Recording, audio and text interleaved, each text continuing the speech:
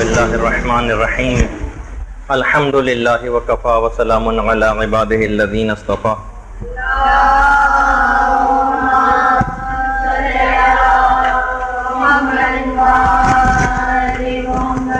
تفصیلات موت کے سلسلے میں درس نمبر 14. تفصیل اس کی آگے چل کر ہم بیان کرتے رہیں گے، اور تھوڑی سی اس سے پہلے جو ایک تمہیدی گفتگو ہوتی ہے وہ بھی آپ کے سامنے ہو جائے. جن معصوم کی آج پیدائش ہے انہیں کی اس حدیث سے آج کی ہم ابتدا کرتے ہیں کہ پیغمبر اسلام ختمی مرتبت صلی اللہ علیہ وآلہ وسلم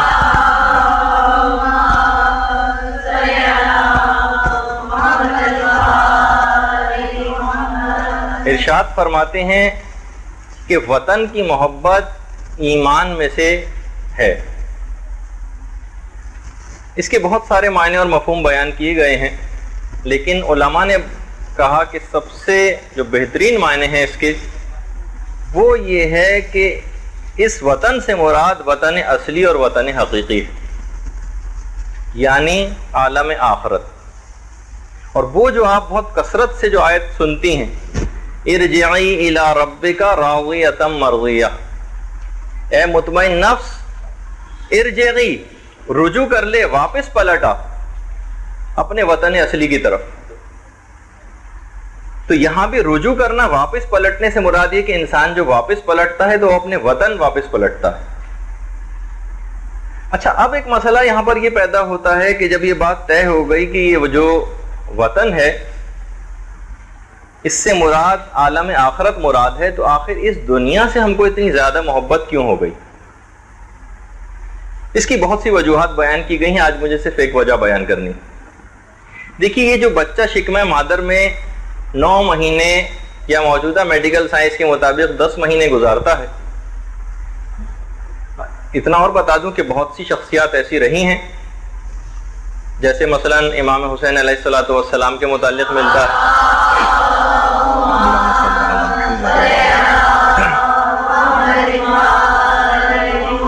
اور انبیاء میں حضرت یحییٰ کے متعلق ملتا ہے کہ یہ فقط 6 ماہ کی مدت حمل کے بعد پیدا ہو گئے تھے. ہاں، البتہ ایک بات جو اس میں خاص مجھے بتانی تھی اور بہت کم لوگوں کے علم میں یہ بات ہے کہ حضرت مریم کے بطن میں حضرت عیسیٰ کا جو حمل تھا وہ فقط یا تو 9 گھنٹے کا تھا یا دوسری روایت کے مطابق 3 گھنٹے کا تھا. یعنی صرف اور صرف اتنی، ایسا نہیں تھا کہ پورا عرصہ انہوں نے اس طرح سے گزارا، نہیں، بس 9 گھنٹے یا 3 گھنٹے کے بعد پھر حضرت عیسیٰ کی پیدائش ہو گئی تھی. تو اتنا عرصہ جب شکم مادر میں وہ بچہ گزار لیتا ہے تو اس شکم مادر کو ہی اپنی پوری کائنات سمجھ لیتا ہے، اپنی بے وقوفی کی وجہ سے کہا جائے، کیونکہ وہ اتنا عرصے وہاں رہنے کا عادی ہو چکا ہوتا ہے. پھر اس کے بعد وہ وہاں سے نکلنا نہیں چاہتا. جب بھی آپ نے دیکھا ہے نا کہ بچہ پیدائش کے فوراً بعد روتا ہے، اس کی بھی بہت سی وجوہات بیان کی گئی، جس میں سے ایک وجہ یہ بھی کہ بچے کو شکم مادر سے اتنی زیادہ محبت ہو چکی ہوتی ہے کہ وہ وہاں سے نکلنا نہیں چاہتا. تو ایک فرشتہ ہے جس کا نام ہے زاجر. آج 3 نئے فرشتوں کا میں تعارف آپ سے کرواؤں گا، جس میں سے پہلا تعارف یہ ہے اس فرشتے کا ہو رہا ہے. اس کا نام ہے زاجر، زے الف جیم رے. زاجر جو سورہ صافات کے اندر بھی ہے، جو دوسری آیت ہے فَالزَّاجِرَاتِ زَجْرًا، اس کا کام یہ ہے کہ یہ رحم مادر سے ڈیلیوری کے وقت بچے کو باہر نکالتا ہے. اتنے دن رہنے کی وجہ سے اس بچے کو شکم مادر سے اتنی محبت ہو چکی ہوتی ہے کہ وہ باہر نہیں نکلنا چاہتا، وہ انکار کرتا ہے. لیکن یہ جو فرشتہ زاجر ہے یہ زجر کرتا ہے. زجر کے معنی ہے زبردستی کرنا، اور زبردستی کر کے اسے وہاں سے نکالتا ہے کہ یہ رہنے کی یہ جگہ نہیں ہے، بلکہ اصل یہ دیکھو جگہ یہ ہے جہاں کتنے مہربان لوگ تمہارا انتظار کر رہے ہیں. بچہ اس وقت بہت گھبراتا ہے، روتا ہے. اس کی وجہ سے اور بھی بہت ساری وجوہات بیان کی گئی ہیں. مثلا ایک تو وجہ وہی ہے جو کہ محدث نعمت اللہ جزائری نے انوار نعمانیہ میں لکھی. فرماتے ہیں کہ بچے کے رونے کی وجہ یہ بھی ہے کہ خدا پیدائش کے وقت اس کو موت و فنا اور مصائب دنیا کا الہام کرتا ہے. اس کو جان کر بچہ ایک دم سے وحشت زدہ ہو جاتا ہے اور رونے لگتا ہے. ایک وجہ یہ. اور تیسری وجہ ایک اور بھی ہے جو کہی گئی ہے کہ شیطان پیدائش کے وقت بچے کو مس کرتا ہے جس سے بچہ روتا اور چیختا ہے، اور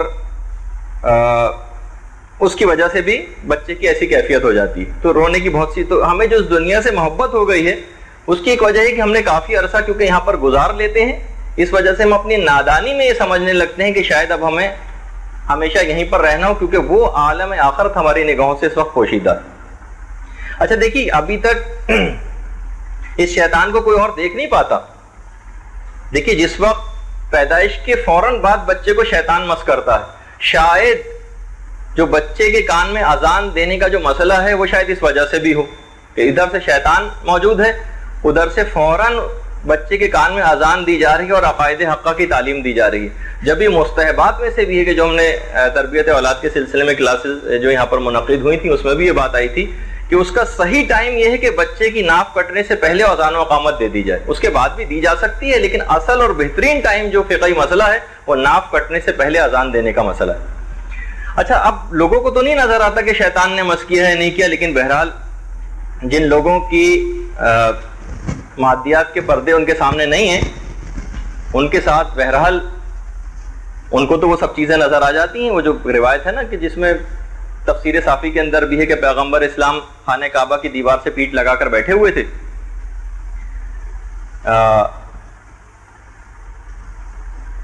تو اسی وقت مولا کائنات بھی وہاں پر موجود تھے۔ اچھا، اس کو علامہ مجلسی نے عین الحیات میں بھی لکھا ہے۔ تو دیکھا کہ ایک بوڑھا تھا جو کہ بہت ہی کمر خمیدہ، کمر جھکی ہوئی اور سفید ابرو اس کے، اور پیغمبر اسلام کے پاس آتا ہے اور کہتا ہے کہ یا رسول اللہ میرے لیے مغفرت کی دعا کر دیجیے۔ پیغمبر اسلام نے اس سے ایک جملہ کہا کہ تیری امید نا امیدی ہے، تیری کوششیں رائگاں ہیں اور تیرا عمل گمراہی۔ وہ بوڑھا ٹہلتا ہوا چلا گیا۔ مولا کائنات سامنے موجود تھے، رسول اللہ نے کہا کہ اے علی معلوم ہے کہ یہ کون تھا؟ یہ شیطان تھا۔ مولا کائنات کہتے ہیں میں بھاگتا ہوا اس کے پاس گیا اور اس کے گریبان میں ہاتھ ڈالا کہ اس نجس شخص، اس کے نجس گلے میں ہاتھ ڈالا کہ میں اس کو ابھی ختم کر دوں، تو اچانک سے وہ بول پڑا کہ علی ایسا نہ کریں، مجھے وقت معلوم تک کی مہلت دے دی گئی، اور پھر مولا نے اس کو چھوڑا۔ تو بہرحال خدا کے جو دیکھیے جو حقیقی دوست ہوتے ہیں نا، وہ موت سے ڈرتے نہیں بلکہ موت کا انتظار کرتے ہیں۔ فَتَمَنَّوُا الْمَوْتَ إِن كُنتُمْ صَادِقِينَ، جو کہ چھٹے امام کی بھی ہمارے روایت ہے نا۔ یہ جو موت ہے نا، یہ مخلص بندوں کے لیے نجات کا پیغام ہے اور مجرمین کے لیے ہلاکت کا پیغام ہے۔ مولا کائنات نے شہزادی کونین فاطمہ الزہرا سلام اللہ علیہا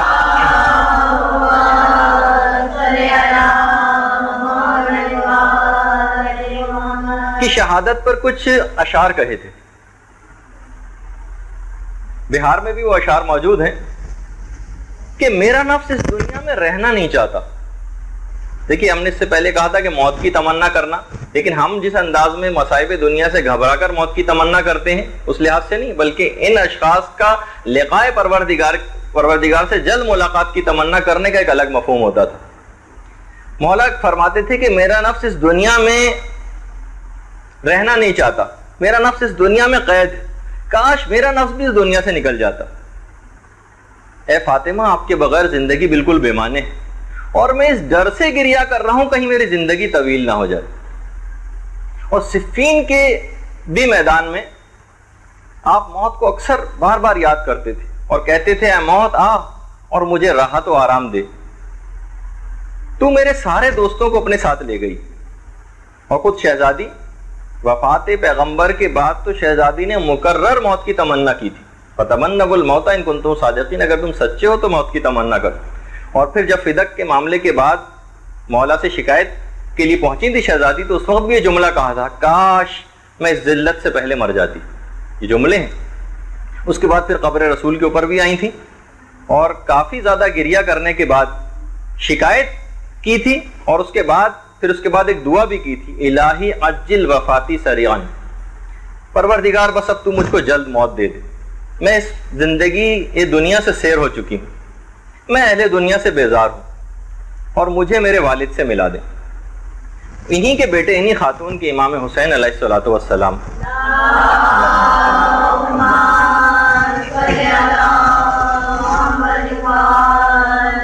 فرماتے تھے کہ میں اپنے بزرگوں سے ملاقات کا اس قدر اشتیاق رکھتا ہوں جس قدر یعقوب کو یوسف سے ملاقات کا تھا, گزرے ہوئے اپنے بزرگ. اور جس وقت مسلم ابن عقیل کی شہادت کی خبر ملی تھی تو اس وقت بھی مولانا جو جملے کہے تھے وہ کتابوں میں پڑھنے کے قابل ہیں, جس میں 2 جملے آپ کو بس فقط سنانے ہیں. مولانا مسلم کی شہادت کی خبر سن کے فرمایا تھا کہ اگر مال اسی لیے جمع کیے جاتے ہیں کہ ان کو چھوڑ کر جانا ہے تو پھر بخل و کنجوسی کیوں کی جائے, اور اگر جسم مرنے کے لیے پیدا ہوئے ہیں تو تلوار سے قتل ہو جانا سب سے زیادہ افضل, تو پھر کیوں نہ تلوار سے قتل خدا کی راہ میں جان دی جائے. تو اس تمہید کے بعد آپ نے دیکھا کہ بہرحال موت کوئی ایسی چیز نہیں ہے, جو مخلصین لوگ ہیں انہوں نے باقاعدہ موت کی تمنا کی. اچھا, ایک سوال آپ لوگوں کا بہت زیادہ, میں نے تو پہلے اس کو سرسری سے جواب دے کے ٹالا, لیکن اب کیونکہ کافی گیپ بھی آ گیا بیچ میں, تو آپ میں سے اکثر کے دماغ میں وہ سوال اٹھا تھا کہ جب ہم نے قبرستان کے انتخاب کی بات کی تھی اور پھر کئی لوگوں نے اس انداز سے سوال پوچھے کہ پھر تو کچھ خلفاء ایسے تھے کہ جن کو زیادہ یہ مقام اور مرتبہ حاصل ہو گیا کہ رسول اللہ کے ساتھ دفن ہو گئے. ویسے تو اس کے ایک دفعہ جواب میں سینئر موسٹ کلاس ہے اس کے اندر بھی ایک دفعہ آ چکا ہے, اور سر علیم صاحب نے بھی غالباً اس موضوع کے اوپر کلاس لی ہے, لیکن کیونکہ اب زیادہ گروپس جمع ہو گئے تو ہم اس کو دوبارہ دہرا دیتے ہیں. سرسری جواب سے ہو سکتا ہے کہ آپ لوگوں کی سیری نہ ہوئی ہو. تو دیکھیے, بعض اوقات کسی اچھی جگہ پر دفن ہو جانا, بس اس سوال کا جواب دینے کے بعد ہم فوراً پہلی رات جو مردے کے اوپر گزرتی ہے اس کے تذکرے کے اوپر آ جائیں گے کہ آخر ان کو یہ سعادت, لوگ کہتے ہیں کہ بھائی اگر یہ ایسے نہ ہوتے تو ان کو یہ سعادت کس طریقے سے ملتی. تو دیکھیے بہت سارے اس کے دلائل دیے گئے. پہلی دلیل تو وہی دی جاتی ہے جو مسجد نبوی کی دلیل ہوتی ہے کہ جس جگہ آج مسجد نبوی قائم ہے, تاریخ میں ملتا ہے کہ یہ مسجد بننے سے پہلے یہاں پر کفار و مشرکین مدینہ کا قبرستان تھا. یہاں پر کفار و مشرکین دفن ہوتے تھے. پیغمبر اسلام نے یہاں پہ کچھ جھاڑیاں اگی ہوئی تھیں, کچھ درخت اگے ہوئے تھے, اس جگہ کو صاف کروایا اور اس کے بعد پھر کھدائی کروائی گئی, اور پھر کسی کی کوئی ہڈی وغیرہ اس کھدائی کے دوران کسی مشرک کی ہاتھ آئی تو اس کو نکلوا کے پھینک دیا گیا. اب اگر ہم اس فارمولے کو صحیح تسلیم کر لیں کہ کوئی شخص طاقت و حکومت کے بلبوتے پر اگر کسی جگہ دفن ہو جائے, کسی مقدس جگہ پہ, تو آپ کا کیا خیال ہے اس کے باوجود مسجد نبوی کے تعمیر کے بعد کیا کفار و مشرکین کے اوپر کوئی رحمت نازل ہونے لگی ہوگی؟ این اسی جگہ پر جہاں مسجد نبوی آج ہے یا کفار مشرکین کا قبرستان تھا. یا نعوذ باللہ من ذالک ان کے اوپر عذاب کا کوئی اثر مسجد نبوی پر پڑتا ہوگا؟ ہرگز بھی ایسا نہیں. طبقات ابن سعد وغیرہ تک کے اندر یہ روایتیں ہیں کہ انس صحابی سے باقاعدہ اس کے اندر روایت بھی کی گئی ہے کہ پیغمبر اسلام نے ان تمام قبروں کو کھدوا دیا, درختوں کو کٹوا دیا, اور کوئی ہڈی وغیرہ بھی اگر اس جگہ سے نکلی تو اس کو بھی پھینکوا دیا گیا. اچھا, دوسری دلیل جو اس سلسلے میں دی جاتی وہ جو سورہ اعراف کی ہے, نادا اصحاب النار اصحاب الجنت, جہنمی جنتیوں کو پکار کر کہیں گے ان افیزوا علینا من الماء او مما رزقکم اللہ, تمہیں جو کچھ خدا نے اپنے فضل سے دیا ہے اس میں سے کچھ پانی ہمیں بھی دے دو, اور اس رزق میں سے بھی کچھ ہمیں دے دو جو خدا نے تمہیں دیا ہے. اس وقت جنتی کہیں گے قالو ان اللہ حرمہما علی الکافرین, خدا نے یہ سب کافروں کے اوپر حرام قرار دیا ہے. اب دیکھیں جنتی اور دوزخی اتنے قریب قریب موجود ہوں گے کہ ایک دوسرے سے بات چیت ہو رہی, لیکن جنتی ویسے ہی نعمات خداوندی سے مستفید ہو رہے ہیں اور کافروں کے اوپر اس قرب کے باوجود عذاب خدا نازل ہو رہا ہے, اس ہمسائیگی و قرابت کے باوجود. یا مثلا وہ بات کہی جاتی ہے کہ جناب یہ جو مثلا آپ آتش نمرود کی مثال لے لیں, برداں و سلامہ علی ابراہیم, جو قرآن کی آیت ہے کہ ہم نے ابراہیم کے اوپر آگ کو ٹھنڈا کر دیا تھا. وہ آگ دنیا والوں کے لیے ویسی بھڑکتی ہوئی آگ تھی لیکن ابراہیم کے لیے گلزار بن گئی تھی. یعنی ایک ہی چیز ایک وقت میں دو الگ الگ اشخاص کے لیے الگ الگ ہو سکتی. اسی طریقے سے مثلا مثال دی جاتی ہے موسیٰ فرعون کی. حضرت موسیٰ فرعون کی گود میں پرورش پا رہے ہیں, موسیٰ کے اوپر رحمت خداوندی اور نور برس رہا ہے, اور عین اسی وقت فرعون کے اوپر لعنت برس رہی. اس فرعون کے اوپر جو فوری عذاب نہ آنے کی جو وجوہات ان میں یہ بھی ہے کہ بہرحال اس نے ایک رول پلے کیا تھا موسیٰ کی پرورش میں بھی, جسمانی اعتبار سے تو پرورش اسی کے کیا ہوئی تھی, تو بہرحال ایک اس کے اوپر ایک فضل تو خدا نے دنیاوی لحاظ سے ہی کیا تھا. لیکن بہرحال فرعون کو اس رحمت کا جو موسیٰ پہ نازل ہوتی تھی اس کے گود میں رہنے کے باوجود بھی اس کا کوئی اثر اس کے اوپر مرتب نہیں ہوا, اس پہ ویسے ہی لعنت برستی رہی. اچھا, اسی طریقے سے کہا جاتا ہے کہ جہنم کے جو نگران فرشتے ہیں وہ جہنم کے اندر موجود ہیں. ان کی خاص شکل بھی ہے کہ ابھی میں یہ کہنے والا تھا, جب ہم جہنم پہنچیں گے تو اس وقت جب ہم اس کے تذکرے کی طرف جب آئیں گے تو اس وقت ہمیں پتہ چلے گا کہ واقعی ان کی شکل وغیرہ کس طرح کی ہوتی. تو جہنمیوں کو عذاب وہ دے رہے ہوں گے جہنم کے اندر, لیکن ان کے اوپر اس آگ کا کوئی اثر مرتب نہیں ہو رہا ہوگا. وہ آگ جہنمیوں کے لیے ویسے ہی عذاب ہوگی, اور یہ حکم خدا کی بجاوری کر رہے ہوں گے, ان کے اوپر رحمت خدا برس رہی ہوگی. اسی اعتبار سے اگر ہم اس فارمولے کو صحیح تسلیم کر لیں کہ وہ مقدس جگہ پہ کیونکہ دفن ہو گئے تو ان کو وہاں کی رحمتیں ملتی ہوں گی, تو دیکھیے اب اس سے بھی آپ اندازہ لگا لیں کہ بت خانہ کعبہ کے اندر رکھے ہوئے تھے کتنے عرصے تک, بت ویسے کے ویسے ہی نجس رہے, ان پر لعنت برستی رہی, جبکہ کعبے کے اوپر ویسے ہی رحمتیں نازل ہوتی رہی. اور دیکھیے ایک اور بھی چیز ہے, ہر چیز اصل میں اپنے اصل کی طرف پلٹتی. یہ روایتوں کے اندر بھی اس کا تذکرہ آیا ہے.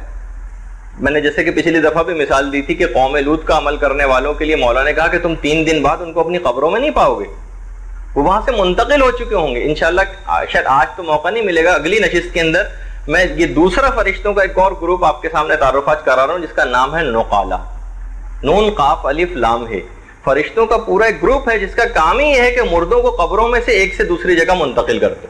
اس کا ایک تفصیلی واقعہ بھی جو حال میں تو نہیں, البتہ موجودہ زمانے سے قریب میں ایک آیت اللہ وحید باقر بیبانی کے ساتھ پیش آیا تھا. میں انشاءاللہ اگلی دفعہ اس کا بھی تذکرہ کروں گا. تو اگر کوئی ایسی مقدس جگہ پہ بد کردار اور بد عقیدہ شخص دفن بھی ہو جائے تو بھی وہ وہاں سے غائب ہو چکا ہوتا ہے, وہ کسی اور جگہ وہاں سے اس کی میت منتقل کی جا چکی. درود بھیج دیجئے محمد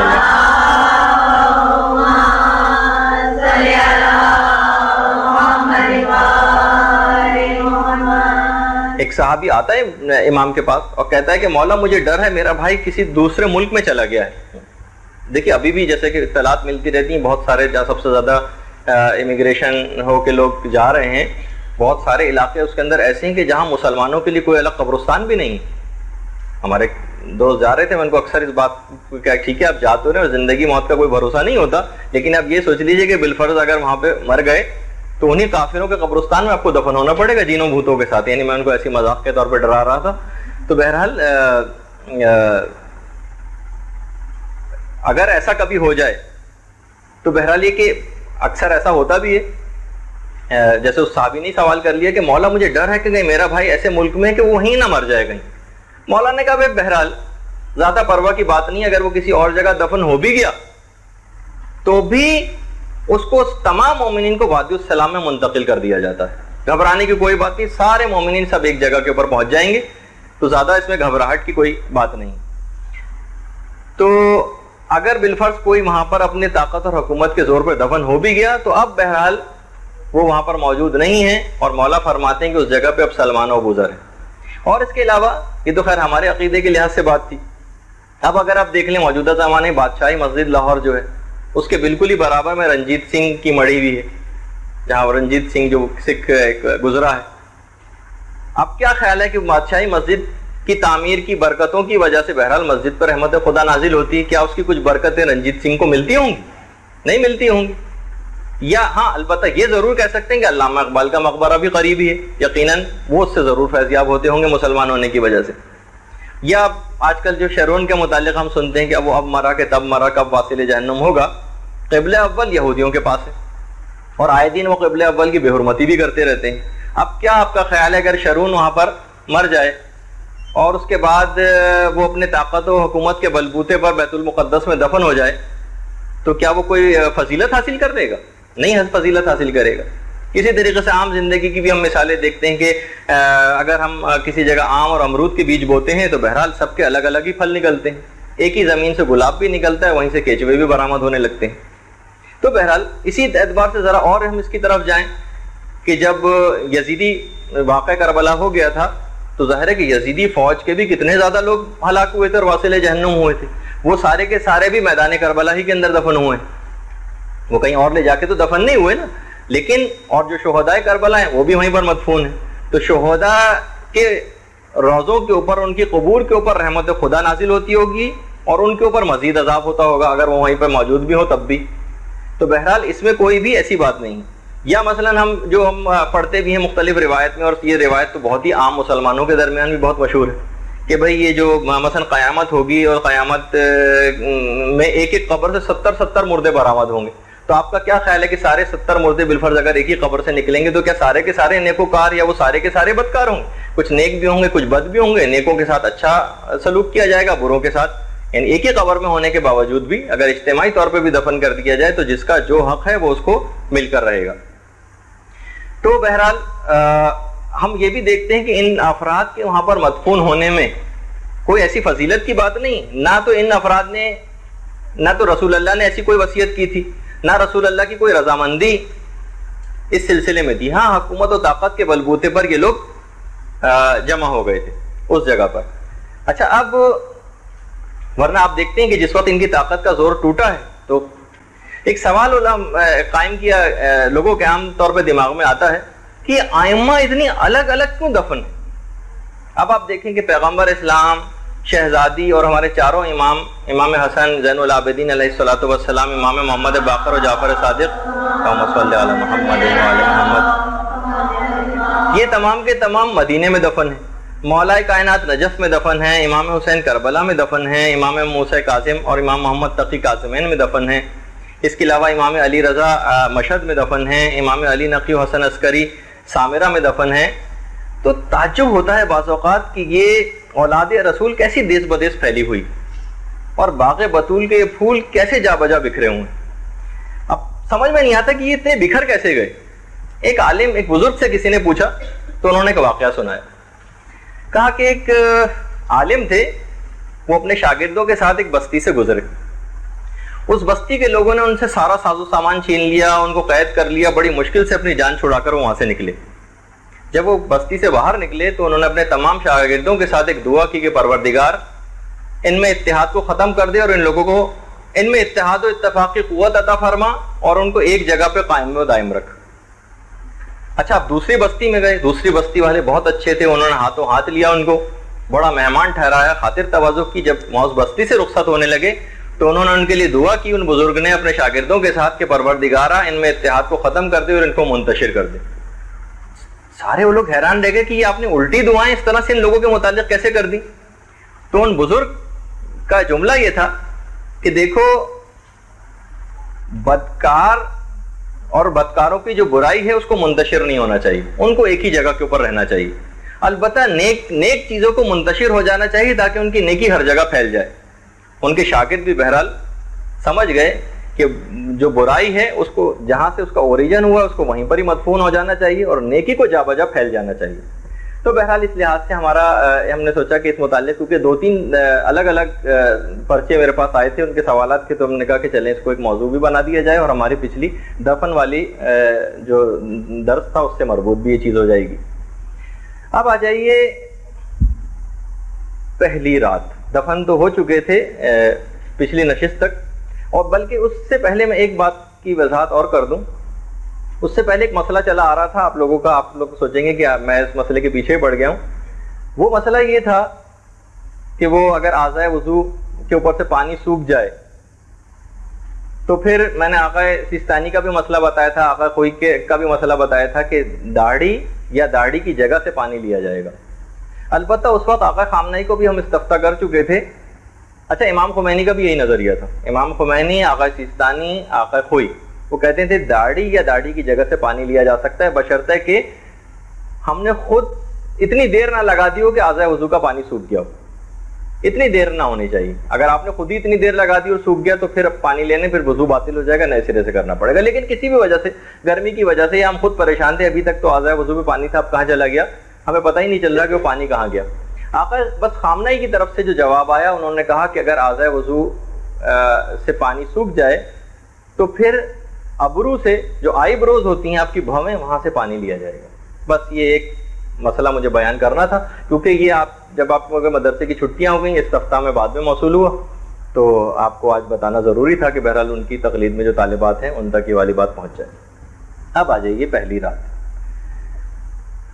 یہ اتنی اہم رات ہے کہ پیغمبر اسلام کے بعد ارشاد فرماتے تھے کہ کیا میں تمہیں 2 انتہائی اہم دنوں اور 2 انتہائی اہم راتوں کی خبر نہ دوں؟ ایک اہم ترین دن تو وہ تمہارے لیے ہوگا جب بشیر تمہارے پاس خدا کی ناراضگی کا یا رضامندی کا پیغام لے کر آئے گا. اب ہر آدمی کے مطابق وہ پیغام ہوگا. وہ دن کہ جس دن ہمیں یہ بات پتہ چلے گی کہ خدا ہم سے ناراض، اس نے ہمیں بخش دیا یا نہیں بخشا، وہ ہم سے راضی ہے یا ہم سے ناراض ہے، اس کا پیغام لے کر آئے گا. وہ انتہائی عظیم ترین دن ہوگا. دوسرا وہ دن جب تمہارے ہاتھ میں نامہ اعمال دیا جائے گا اور تم پروردگار عالم کے سامنے کھڑے ہوں گے، اور اس وقت نامہ اعمال دیا جانے والا ہوگا، پتہ نہیں کہ دائیں ہاتھ میں نامہ اعمال دیا جائے گا کہ بائیں ہاتھ میں. وہ انتہائی اہم ترین دن ہوگا. 2 اہم ترین راتیں پیغمبر فرماتے ہیں. ایک رات تو قبر میں تمہاری پہلی رات ہوگی، اور اس سے پہلے ایسی کوئی رات تمہاری زندگی میں نہ آئی ہوگی. بڑی عجیب و غریب رات ہے. اور دوسری وہ رات کہ جس رات کے بعد صبح قیامت ہوگی، اس کے بعد پھر کبھی کوئی رات نہیں آئے گی. کہ میں تمہیں 2 انتہائی اہم دنوں اور 2 انتہائی اہم راتوں کی خبر نہ دوں.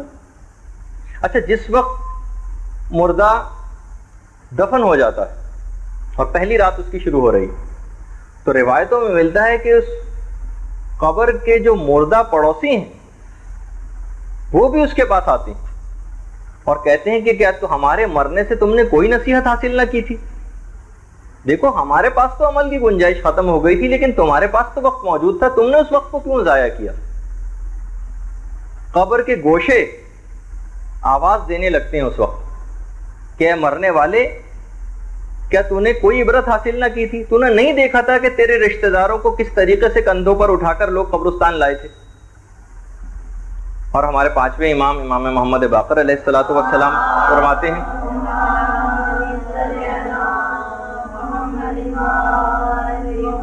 کہ جیسے ہی کوئی شخص مومن ہو یا کافر مرتا ہے تو فوراً اس کے اعمال رسول خدا مولا علی اور ائمہ اطہار کے پاس بھیج دیے جاتے ہیں. ادھر ہم دفن ہوئے، ادھر فوراً ہی ہمارے اعمال معصومین کے پاس بھیج دیے جاتے ہیں. بحر الانوار میں بھی یہ روایت ہے. اور ادھر ہمیں وہاں پر جیسی کسی کا انتقال ہوتا ہے، یہ بھی 5ویں امام کی روایت ہے کہ اس کے اعمال اس کے قبر میں فوراً چلے جاتے ہیں. ابھی ہم دفن بھی نہیں ہوتے کہ ہمارے اعمال ہماری قبر میں چلے جاتے ہیں، اور اس کے لیے آسودگی کا ایسا سامان مہیا کرتے ہیں اس انداز سے جس طریقے سے کوئی غلام اپنے آقا سے پہلے کسی جگہ پہ پہنچ جائے اور اس کے لیے آرائش اور بستر کا انتظام کرے. اس طرح سے کچھ جو ہم نے زندگی بھر نیک اعمال کیے ہیں وہ ہماری قبر کے اندر پہنچ جائیں گے. اچھا، اور پھر اس کے بعد وہ آیت بھی اس دلیل کے طور پہ پیش کی جاتی جو سورہ روم کی آیت ہے، جو وہ اما الذین سے شروع ہو کے یمہدون پہ ختم ہوتی ہے. آپ جا کے قرآن میں دیکھیے گا کہ جنہوں نے بھی اچھے کام کیے وہ اپنے لیے آسائش کا سامان مہیا کر رہے ہیں. یعنی جو بھی اچھے اعمال آپ کر رہی ہیں یہ آپ کے لیے قبر میں آسائش کا سامان بنیں گے. اچھا، جیسے ہی آپ اور ہم سب لوگ قبر کے اندر دفن ہوں گے، ہمارے ساتھ ہمارے ایک ہمنشین بھی دفن ہو جائے گا. ہمارے ساتھ ہمارے ایک ہمنشین دفن ہوگا. پیغمبر اسلام فرماتے ہیں کہ اس سے فرار ہرگز بھی ممکن نہیں ہے کہ تمہارا ایک ہمنشین تمہارے ساتھ دفن ہوگا جو تمہاری موت کے بعد بھی تمہارے ساتھ رہے گا. وہ زندہ ہوگا جبکہ تم مردہ ہوں گے. اگر وہ نیک اور محترم ہوا تو وہ تمہارا بھی احترام کرے گا. اور یہ بات یاد رکھ لو کہ اگر وہ پست اور کمینہ ہوا تو وہ تم کو حوادث کے سپرد کر دے گا. وہی ہوگا جو تمہارے ساتھ مشہور ہوگا قیامت میں، اور تم قیامت میں اس کے علاوہ کسی اور کے ساتھ مشہور نہ ہوں گے. تم سے قیامت میں اس کے علاوہ کسی چیز کے بارے میں سوال نہیں کیا جائے گا. لہٰذا کوشش کرو کہ اسے بہتر سے بہتر شکل میں انجام دو. اور اگر وہ درست رہا تو تم اس سے مانوس ہوں گے، ورنہ اس کے علاوہ تمہیں اور کسی سے کوئی وحشت نہیں ہوگی. اور پیغمبر فرماتے ہیں وہ ہمنشین تمہارا عمل ہوگا. اچھا، یہ اس کی تائید پیغمبر کی اس قرآن کی آیت سے بھی ہوتی، سورہ کہف، وَوَجَدُوا مَا عَمِلُوا حَاضِرًا. گناہگار اپنے تمام اعمال کو اپنے سامنے موجود پائیں گے، اپنے سامنے موجود پائیں گے.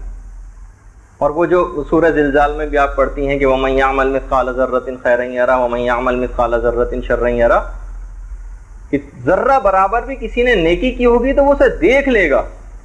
وہ جبھی تو دیکھے گا نا جب وہ چیز کوئی مجسم ہوگی. اور ذرہ برابر بھی شر کیا ہوگا تو بھی اس کو وہ دیکھ لے گا. اچھا سائنس کے بھی اعتبار سے اکثر علماء نے بات لکھی کہ دیکھیے ہماری جو فزکس کے اعتبار سے جو میٹر ہوتا ہے نا وہ مخصوص حالات میں توانائی میں تبدیل ہو جاتا ہے. اچھا بعض اوقات فقط 1 گرام میٹر میں ایکسپلوژن کی طاقت 30,000 ٹن ڈائنامائٹ سے زیادہ ہوتی. دیکھا کہ آپ نے اتنے چھوٹا سا چیز لیکن طاقت اس کے اندر اتنی زیادہ ہے اور وہ ایک خاص طریقہ کار کے بعد انرجی میں تبدیل ہو جاتا ہے جو میٹر. تو علماء نے ایک بات لکھی ہے، بعید نہیں ہے کہ اعمال کی یہ پھیلی ہوئی انرجیز مل کر ایک جسم کی صورت اختیار کر لیں، اور بعید نہیں ہے کہ نیک اعمال جاذب نظر اور خوبصورت مادی نعمتوں کی شکل اختیار کر لیں اور برے اعمال سزا اور عقاب کے سانچوں میں ڈھل جائیں. تو یہ بعض اوقات اس کی تائید سائنس سے بھی ہو جاتی. اچھا بہت سے لوگ تو ایسے ہیں کہ ادھر وہ مرے اور ادھر فوراً جنت کے اندر داخل ہو گئے. ابھی تو ہم کیونکہ ہم مرحلے وار آگے بڑھ رہے ہیں نا، ابھی تو ہمیں صرف دفن کیا گیا ہے اور ابھی پہلی رات ہماری ابھی شروع ہو رہی ہے. پہلی رات سے مراد یہ کہ بس دفن چاہے دن کے وقت بھی کیوں نہ ہو لیکن حساب شروع ہو گیا. اب منکر و نکیر کی آمد ہوگی، اس کی تفصیلات ہوں گی اور فشار کا تذکرہ ہوگا اور اس طرح سے ہم آگے بڑھیں گے.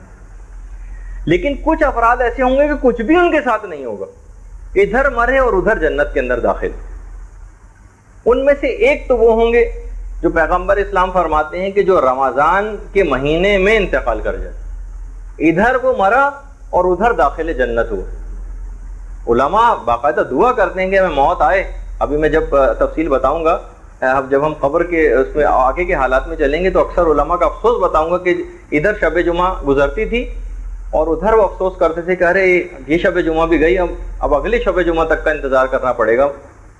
تو بعض اوقات یہ بھی ہوتا ہے. تو ادھر جو شخص بھی ماہ رمضان المبارک میں مر جائے. دوسرا وہ گروہ ہے کہ جو 9 ذی الحجہ کے آخری حصے میں انتقال کرے. لیکن دیکھیے یہ تو اب ہماری دونوں چیزیں ہمارے اختیار میں نہیں. رمضان میں مرے یا 9 ذی الحجہ کے آخری حصے میں انتقال کر جائے، ادھر مرے گا اور ادھر داخل جنت ہوگا. تیسری چیز تو ہم کر سکتے ہیں وہ ہمارے اختیار میں ہے، اور چوتھی چیز تو بالکل ہی اختیار میں. جو شخص بھی صدقہ دے کر مرتا ہے وہ فوراً جنت میں داخل ہو جاتا ہے. یعنی اگر کوئی شخص اس بات کا عادی ہو، بیماری میں صبح شام دوپہر صدقہ نکالتا ہو، تو ادھر وہ مرے گا اور ادھر داخل جنت ہوگا. یہ تیسرا گروہ ہے جس کے ساتھ کچھ بھی نہیں ہوگا پھر. اچھا اس میں بھی یہ ہو سکتا ہے کہ بہت سے لوگوں کے دماغ میں ہے کہ ایسی بیماریوں میں مبتلا ہوتے ہیں، کوما میں ہوتے ہیں، اپنے ہوش میں کے اندر نہیں ہوتے اور انتقال کر جاتے ہیں اور صدقہ نہیں نکالا. تو چلیں بہرحال اعزاء و اقربا نکال رہے ہوتے ہیں، وہ بھی فائدہ دے گا ویسے ہی.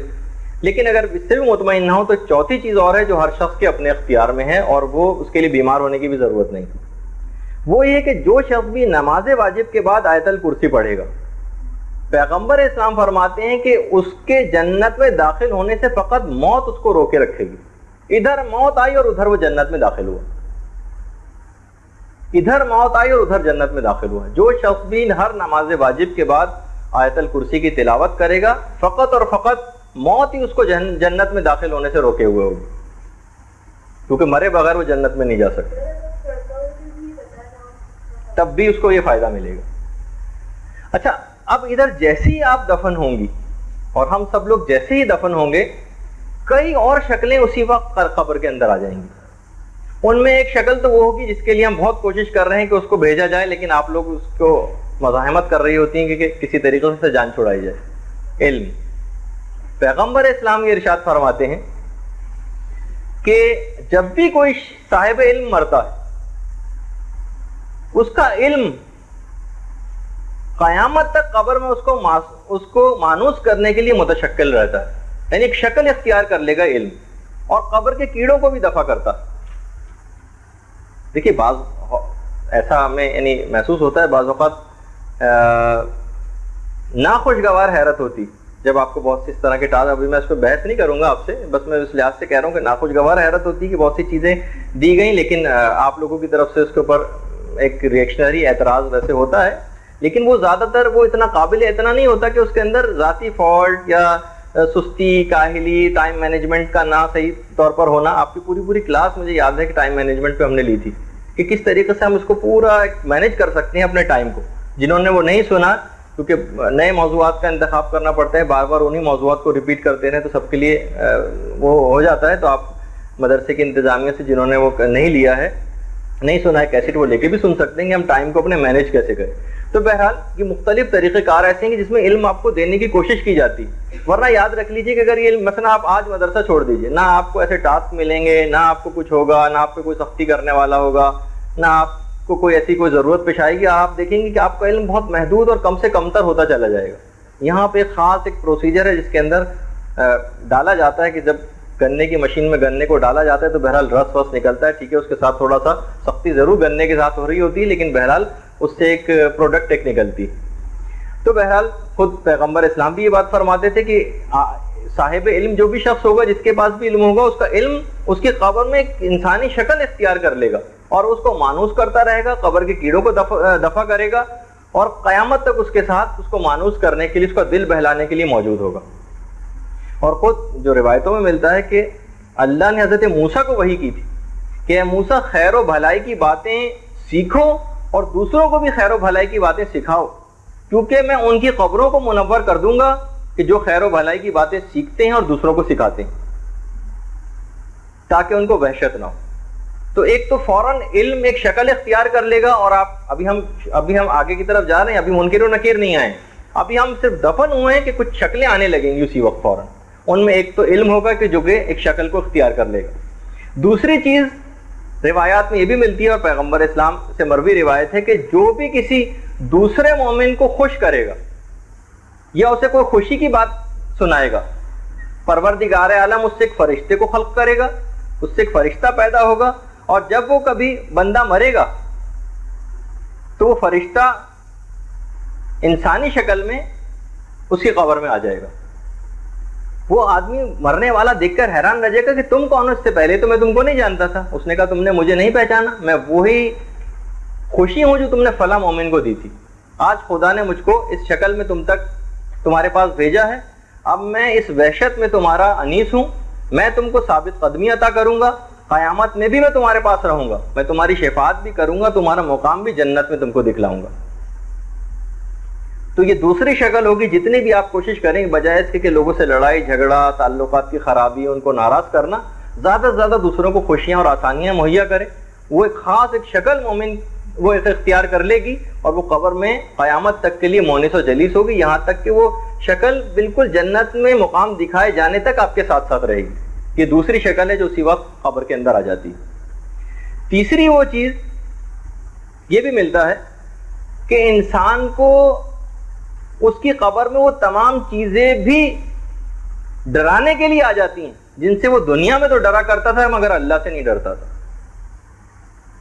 یہ نہ ہو جائے، یعنی عام دنیاوی امور کی وجہ سے جو ہمیں ڈر اور چیزیں موجود تھی، ہم خدا سے نہیں ڈرتے تھے اور اس وقت لوگوں سے ڈر رہے ہوتے. یہ تیسری، یہ بھی روایت کے اندر تذکرہ آیا.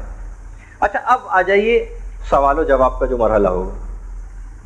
چھٹے امام جعفر صادق علیہ الصلوۃ والسلام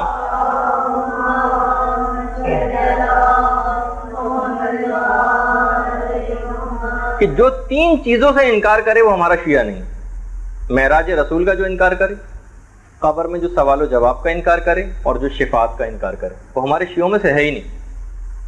اچھا، چوتھے امام کی سیرت یہ تھی کہ چوتھے امام اکثر مسجد نبوی میں آ کر لوگوں کو پہلی رات کے سوالات کے جوابات سے آگاہ کرتے تھے اور کہتے تھے کہ اپنے آپ کو اس پہلی رات کے سوال و جواب کے لیے تیار کر لو. خاص طور پہ مسجد نبوی آ کر یہ جملے ارشاد فرماتے تھے. اچھا، یہ سوال و جواب کرے گا کون؟ وہ جو ملتا ہے ان منکر و نکیر. یہ کچھ ان کے صفاتی نام بھی ہیں، مبشر و بشیر بھی کہا جاتا ہے، منکر و ناکر بھی کہتے ہیں. جیسا جو آدمی ہوگا اس کے مطابق ان کے ساتھ ویسی یہ شکل اختیار کر کے آئیں گے. نیکوکار ہوگا تو مبشر و بشیر نام ہوگا، ورنہ منکر و نکیر یا منکر و ناکر. اچھا بہرحال ان کا ایک خوف تو ہے، آج بھی عرفا کا بھی پتا پانی ہوتا ہے، خوف تو ہے. وہ جو میں نے شعر بھی پچھلی دفعہ سنایا تھا نا کہ دوزخ مجھے قبول ہے یا منکر و نکیر، لیکن نہیں دماغ سوال و جواب کا. تو وہ یہی اسی کہ انسان کو بہرحال ایک خوف تو لاحق ہوتا ہے کہ دوزخ مجھے قبول ہے لیکن یہ سوال جواب میں برداشت نہیں کر سکتا. اس خوف کو دور کرنے کا بھی ایک طریقہ بتا دیا گیا ہے، اور وہ طریقہ بتایا ہمارے پانچویں امام نے، امام محمد باقر علیہ الصلوۃ والسلام.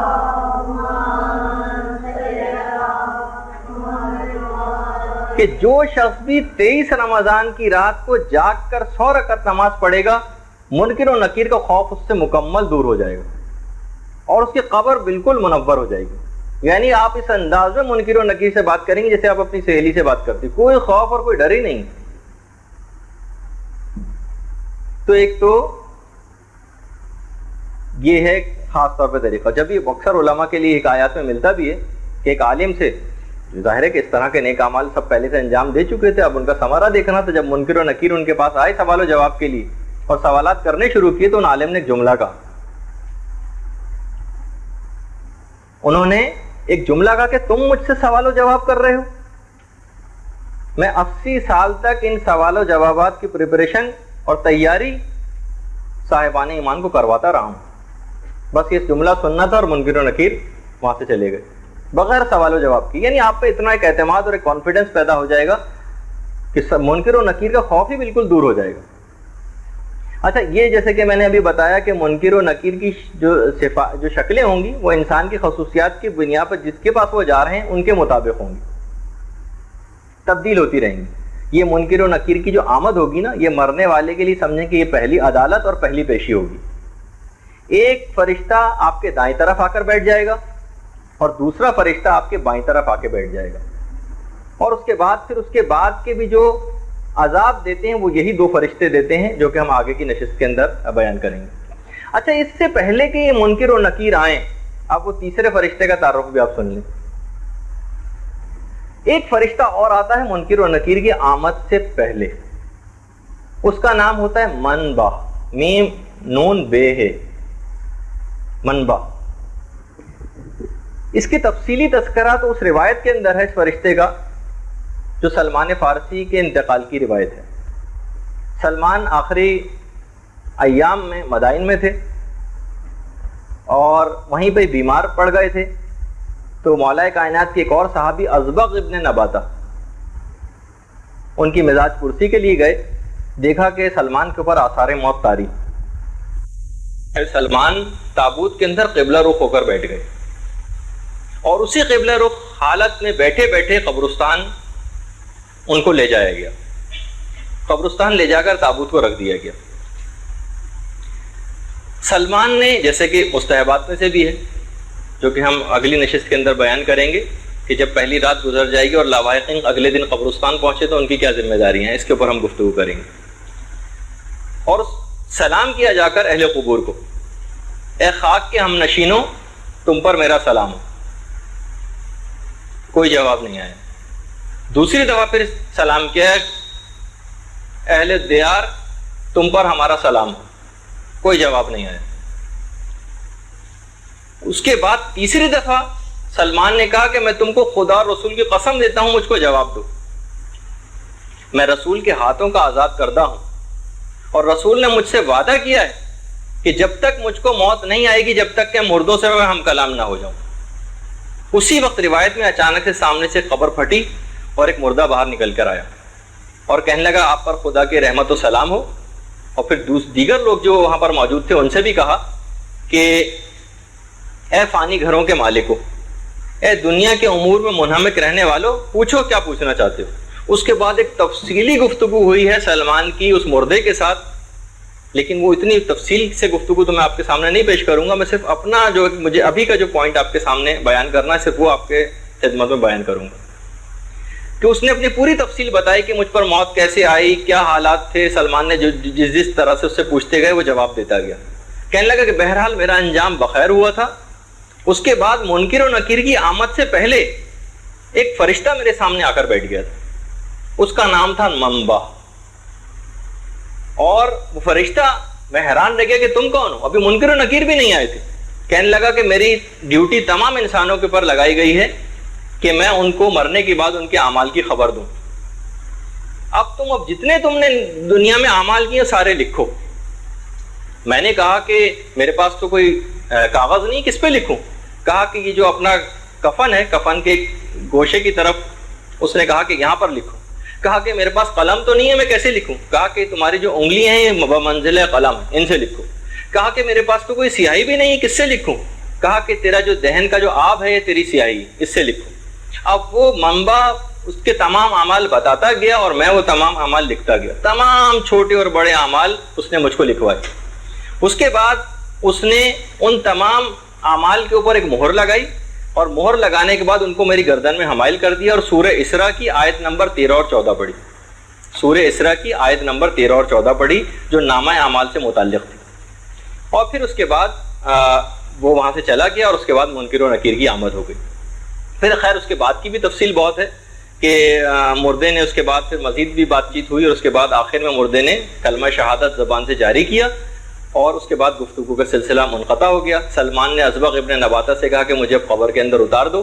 حکم کی تعمیل کی گئی, حضرت سلمان کو قبر کے اندر لٹایا گیا. سلمان نے کچھ دعائیں پڑھی اور اس کے بعد انتقال کر گئے. بہار الانوار کے اندر پورا یہ واقعہ پوری تفصیل کے ساتھ ہے, آپ اس کے اندر بھی پڑھ سکتی ہیں.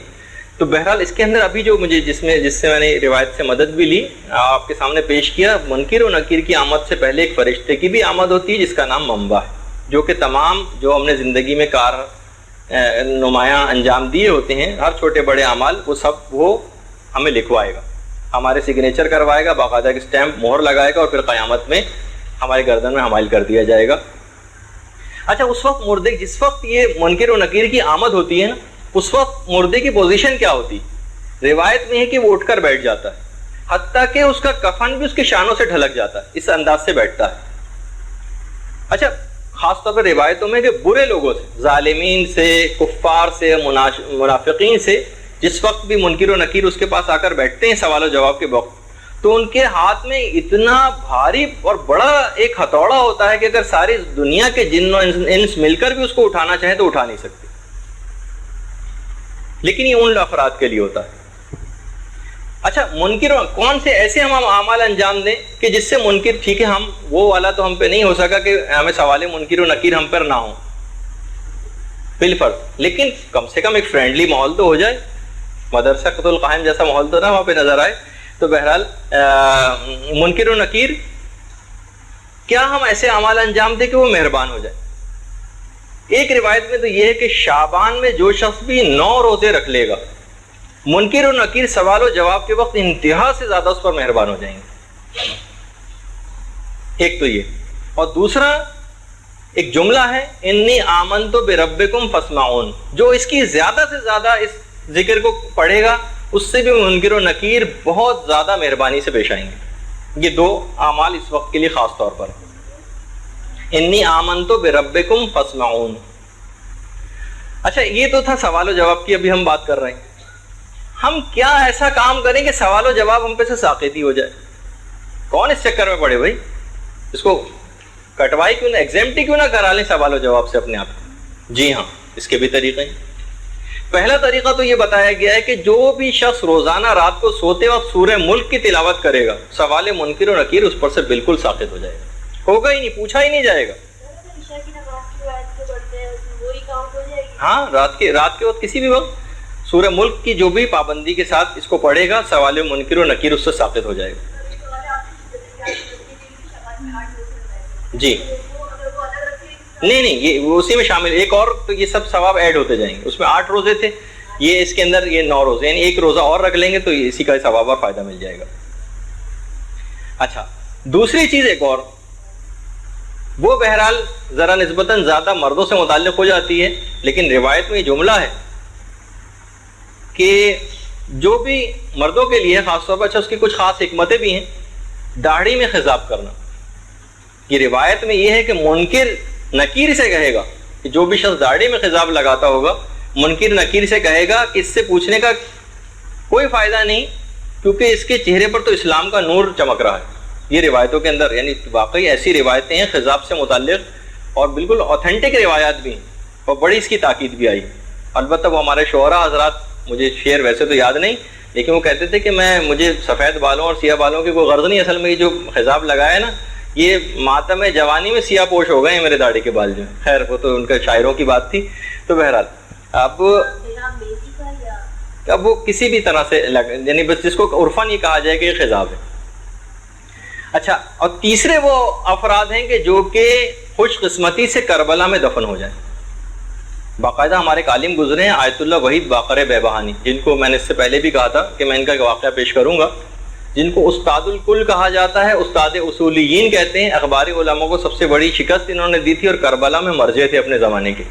اس وقت پورا مکتب فکر جو اس وقت قائم ہے اصولیین کا، جس میں ہمارے تمام مجتہد علماء شامل ہیں، یہ اصولیین کہلاتے ہیں، جس کو قائم ہی آیت اللہ وحید باقر بیبہانی نے کیا تھا۔ اچھا، انہوں نے ایک رات ایک خواب دیکھا، اور خواب میں مظلوم کربلا امام حسین علیہ الصلوۃ والسلام کو دیکھا۔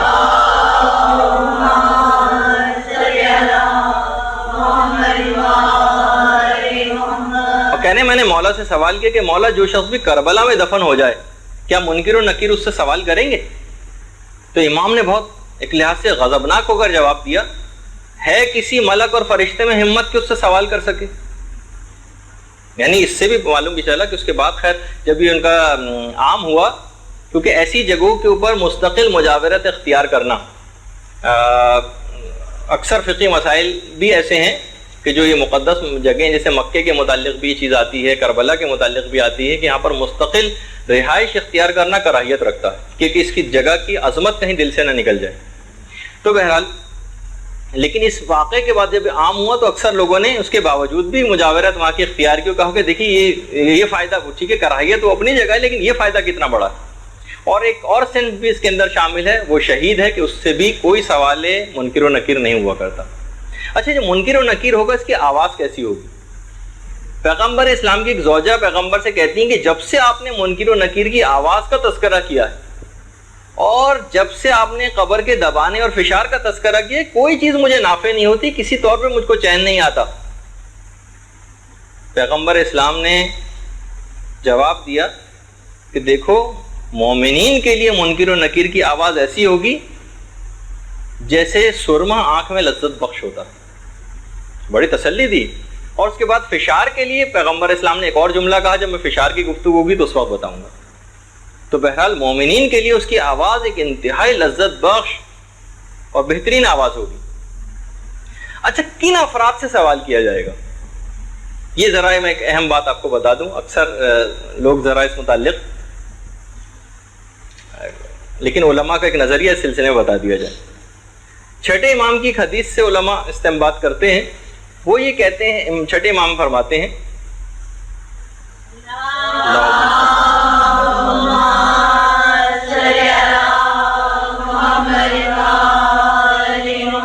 کہ فقط دو اصناف ایسی ہوں گی کہ جن سے قبر میں سوال و جواب کیا جائے گا، خالص مومن یا خالص کافر۔ دوسرے تمام درمیانی درجے کے مومنین کو نظر انداز کر دیا جائے گا، اور وہ کافی میں باقاعدہ روایت ہے۔ درمیانی درجے کے جو مومنین ہوں گے یہ برزخ میں آزاد ہوں گے قیامت تک۔ اچھا، اس کے اندر جن لوگوں سے سوال جواب نہیں ہوگا ان میں ایک تو اطفال تمام شامل ہیں، بچے، جتنے مجانین ہیں، مجنون اور پاگل، وہ سب اس میں شامل ہیں، جتنے مستضعفین ہیں، نہ کوئی جزا ان کو ہے نہ کوئی سزا اس میں، بالکل اس طرح سے جیسے کوئی شخص سو رہا ہو، بس یہ ان کے ساتھ ہوگا۔ جبھی وہ قرآن کی آیت بھی ہے نا کہ جب یہ قیامت میں اٹھیں گے تو یہ پکار اٹھیں گے، کس نے آخر ہم کو ہمارے خوابگاہ سے اٹھا دیا؟ یہ باقاعدہ سورہ یاسین کے اندر آپ جا کے دیکھیے گا، یا جو سورہ طٰہٰ کی بھی آیت ہے، ہم تو فقط ایک ہی دن برزخ میں ٹھہرے، یعنی اس طرح سے ایک نیند کی کیفیت نہیں ہوتی کہ آدمی کو جب اٹھا بہت دیر اگر سوتا رہے تو وہ سوچتا ہے کہ میں تو ابھی تو سویا تھا، تو وہ کہیں کس نے ہمیں ہمارے خوابگاہ سے اٹھا دیا، اور ہم تو فقط ایک ہی دن برزخ میں ٹھہرے۔ محدث نعمت اللہ جزائری نے انوار نعمانیہ میں باقاعدہ لکھا ہے کہ جتنے بھی کامعقل افراد ہوں گے، مجنون ہوں گے، یا زمان فطرت میں گزرنے والے لوگ ہوں گے، زمان فطرت کہتے ہیں وہ فیتے ریتے فطرت، یہ وہ زمانہ ہوگا جو دو انبیاء کے درمیان میں جو لوگ گزر گئے ان لوگوں کا زمانہ کہلاتا ہے، زمان فطرت۔ یا جو شخص بہت زیادہ بوڑھے ہو جاتے ہیں، جن کی عقل وقل بالکل جواب دے جاتی ہے، اب زیادتی عمر کی وجہ سے ان کی ضعیف العقل ہو جاتے ہیں، ان کو چھوڑ دیا جائے گا۔ قیامت میں البتہ یہ روایتیں میں ہے کہ ان کو کامل العقل کیا جائے گا قیامت کے میدان میں، اور اس کے بعد ایک آگ بھڑکائی جائے گی اور اس کے اندر ان کو حکم دیا جائے گا کہ اس کے اندر داخل ہو جاؤ۔ اگر یہ اس کے اندر داخل ہو گئے تو ان کو جنت میں بھیج دیا جائے گا، اور اگر یہ داخل نہیں ہوئے تو ان کو زبردستی دھکیل دیا جائے گا جہنم میں، اس آگ میں۔ علامہ مجلسی نے حق الیقین میں اس تعویل کو بہت پسند فرمایا ہے، اور خود ملا محسن فیض کاشانی نے منہاج النجات میں اسی عقیدے کو اختیار کیا۔ اچھا، اب سوال یہ پیدا ہوتا ہے کہ وہ پوچھا کیا جائے گا، کیا سوالات ہوں گے؟ دیکھیے، جیسے میں نے ابھی کہا کہ چوتھے امام مسجد نبوی میں پہلی رات کے سوالوں کے متعلق بہت زیادہ لوگوں سے آگاہ کرتے تھے۔ تقریباً جو روایتیں متفرق ہیں سب کو جمع کریں تو 13 سوالات بنتے ہیں۔ قبر کے اندر 13 سوالات پوچھے جائیں گے۔ اچھا، آج بالکل وقت نہیں رہا، ورنہ آج ہم کافی آگے بڑھ جاتے منکر و نکیر کے سوالات سے، لیکن بہرحال اتنا وقت آج نہیں رہا اور ضائع بھی نہیں ہوا۔ دونوں اہم اعلانات بھی بہت اہم تھے، اور اس سے پہلے مولانا کی کلاس بھی بہت اہم۔ دیکھیے، جو 13 سوالات ہوں گے اس میں ایک تو یہی سوال ہوگا جو آپ سنتی آ رہی ہیں کہ تمہارا خدا کون ہے، تمہارا نبی کون ہے، تمہارا امام کون ہے، تمہارا دین کیا ہے، تمہاری کتاب کون سی ہے، تمہارا قبلہ کون سا ہے، تم نے عمر کیسے گزاری، تم نے مال کیسے جمع کیا اور کس طرح سے خرچ کیا۔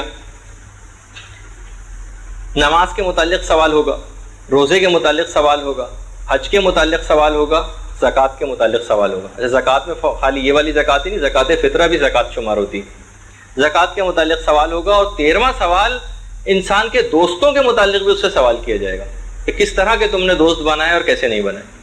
یہ 13 سوالات روایات کے اندر آئے ہیں کہ یہ اس سے پوچھے جائیں گے۔ اچھا، اب ایک سوال لوگوں کے دل میں پیدا ہوتا ہے کہ بھائی جب خدا کو معلوم ہے ایک چیز تو پھر یہ سوال جواب کرنے کی ضرورت کیا ہے؟ تو دیکھیے، اتنا اور بتا دیا جائے کہ یہ خدا اپنی معلومات میں معاذ اللہ اضافے کے لیے سوال جواب نہیں کر رہا ہے، بلکہ اس نے بہت سے ملائکہ کی ڈیوٹی ہی عبادت ہی قرار دی ہے۔ مثلا منکر و نکیر کی عبادت یہ ہے کہ لوگوں سے سوال جواب کریں۔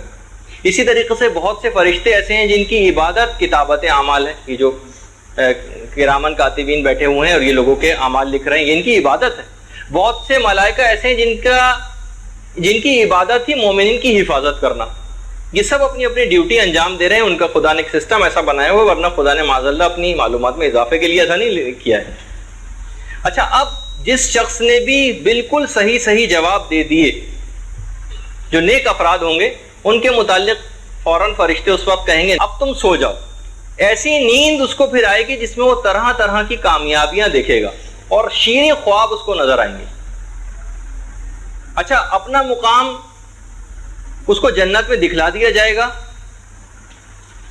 اس کو اس کا مقام جنت میں دکھلا دیا جائے گا۔ اس وقت وہ پروردگار سے کہے گا کہ پروردگار مجھے جنت میں داخل کر دے۔ فوراً کہا جائے گا ابھی ٹھہر جاؤ، ابھی تمہارے بہن بھائی نہیں آئے ہیں، ابھی اور دیگر مومنین نہیں آئے، اب سو جاؤ۔ اور پھر جب وہ اٹھے گا تو پھر قیامت کا دن ہوگا، اور اس وقت وہ اپنے دیکھے گا کہ اس کو کیا اس کا ثواب اور فائدہ ملے گا۔ اور بہت سی روایت میں یہ بات آئی ہے کہ اس کی روح کو آسمانوں میں فوراً بعد لے جایا جاتا ہے سوال و جواب کے وقت۔ فرشتے اس کو عرش الہی میں لے جاتے ہیں، اس کی روح کو سجدہ کرنے کا حکم دیا جاتا ہے، اور پھر میکائیل کو پھر یہ حکم ہوتا ہے کہ اس کو دیگر ارواح کے ساتھ رکھو اور اس کا جسم اس کی قبر میں لے جاؤ۔ قبر اس کی 70 گز لمبی چوڑی ہو جاتی ہے، اور باقاعدہ ایک روایت میں ہے کہ اس کو کھانا بھی کھلایا جاتا ہے۔ تلاوت قبر سے اس کی قبر روشن ہو جاتی ہے، اور نور اس کی قبر میں آ جاتا ہے جو سورج کی طرح سے چمکتا ہے۔ اس وقت احتیاطاً نیک اعمال تمام مجسم ہو کے چاروں طرف جمع ہو جاتے ہیں۔ روایتوں میں ہے کہ نماز دائیں طرف آ جاتی ہے، زکوٰۃ بائیں طرف ہوتی ہے، صبر و استقامت ارد گرد کھڑا ہو جاتا ہے، اور لوگوں پر احسان کرنا اس کے اوپر سایہ فگن ہو جاتا ہے آسمان کی طرح سے۔ صبر اس وقت یہ کہتا ہے کہ دیکھو اس کا خیال رکھو، اور دیگر اعمال سے کہتا ہے کہ تم اس کا خیال رکھو، اگر تم اس کے کام نہ آ سکے تو پھر میں اس کے کام آؤں گا۔ اور جو ہمارے 5ویں امام سے بھی روایت ہے اور 6ٹھے امام سے بھی روایت ہے کہ 6 چیزیں ایسی ہیں کہ جو قبر میں آ جائیں گی، نماز، روزہ، زکوٰۃ تو آئیں گی، جو جیسے کہ ابھی آپ نے سنا، البتہ جو نیکیاں ہیں وہ پاؤں کی جانب ہوں گی، اور حج و عمرہ اس کی پشت کی طرف کھڑا ہو جائے گا۔ چھٹی چیز ایک بہت ہی خوش شکل وہاں پر اور موجود ہوگی کہ سارے اعمال حیران ہو کے اس سے پوچھیں گے کہ آپ کون ہیں؟ تو وہ یہ کہیں گے، وہ شکل یہ کہے گی انا الولایت آل محمد، میں آل محمد کی ولایت ہوں۔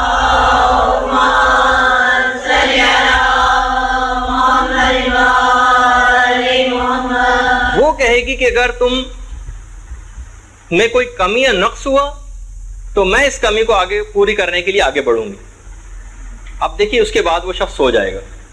پیغمبر فرماتے ہیں کہ سب سے زیادہ، پیغمبر سے بھی روایت ہے اور مولا سے بھی روایت ہے، کہ آخرت کے اعتبار سے سب سے زیادہ قابل رشک وہ آدمی ہوگا کہ جو مٹی کے نیچے محو خواب ہوگا، عذاب سے بالکل مطمئن اور ثواب کی امید کے اندر سو رہا ہوگا۔ اور دنیا کے اندر جو سب سے قابل رشک جو آدمی ہے وہ ہوگا جو نیکیوں میں جلدی کرنے والا ہوگا، جو نیکیوں میں جلدی کرنے والا ہوگا۔ یہ دنیا میں قابل رشک وہ ہے اور آخرت میں وہ ہے جو تمام عذابوں سے بے پرواہ ہو چکا ہے۔ اچھا، جیسے ہی اس کو جنت کی خوشخبری دلائی جائے گی سونے سے پہلے، وہ اچھل کر دوڑ کر اپنے گھر والوں کے پاس اس خوشخبری کو سنانا چاہے گا، لیکن فرشتے انتہائی خدمت گزارانہ لہجے میں سنی انسنی کر دیں گے، کہیں گے کہ آپ لیٹے رہیے، آپ قیامت تک آپ کو یہاں پر آرام کرنا ہے، اور ایک ایسا آرام ہوگا جس کے اندر کوئی خلل اور کمی واقع نہ ہوگی۔ میت بار بار خوش ہو کر کہے گی پروردگار جلد سے جلد قیامت برپا کر دے تاکہ میں اپنے مال اور اپنے اہل تک پہنچ سکوں، لیکن اس کو نہیں جانے دیا جائے گا، خدا کی حکمت ہے، اور بہرحال اس کو وہیں سو جانے کا حکم ہو جائے گا۔ اچھا، اب اس کے بعد بس میں آج کیونکہ وقت پورا ہو گیا، پورے 5 بج گئے ہیں، اگرچہ تھوڑی سی گفتگو آج اور بیان کرنی تھی، لیکن اس کو ہم فی الحال یہیں تک روکتے ہیں۔ تھوڑا سا البتہ منکر و نکیری سے متعلق جو صحیح جوابات نہ دے سکیں گے ان کے ساتھ کیا ہوگا، یہ ہم آگے چل کر اپنی آئندہ گفتگو میں ذکر کریں گے۔ اس کے بعد اگلی شاید پوری گفتگو فشار قبر پہ ہوگی، لیکن اس سے بالکل بھی ڈرنے اور گھبرانے کی ضرورت نہ ہوگی، کیونکہ وہ سارے ہم اعمال بھی ذکر کر دیں گے، جتنے خطرات بھی ہیں اس کی پیشگی آگاہی ہو چکی ہے، اور جو اعمال اس سے بچنے کے وہ بھی انشاءاللہ سب بیان کر دیں گے۔ تو آپ لوگوں کے بہت سارے سوالات بھی آ گئے، انشاءاللہ ان کو میں بعد میں دیکھوں گا اور ان کے بعد میں جوابات دیے جائیں گے۔ والسلام علیکم ورحمۃ اللہ۔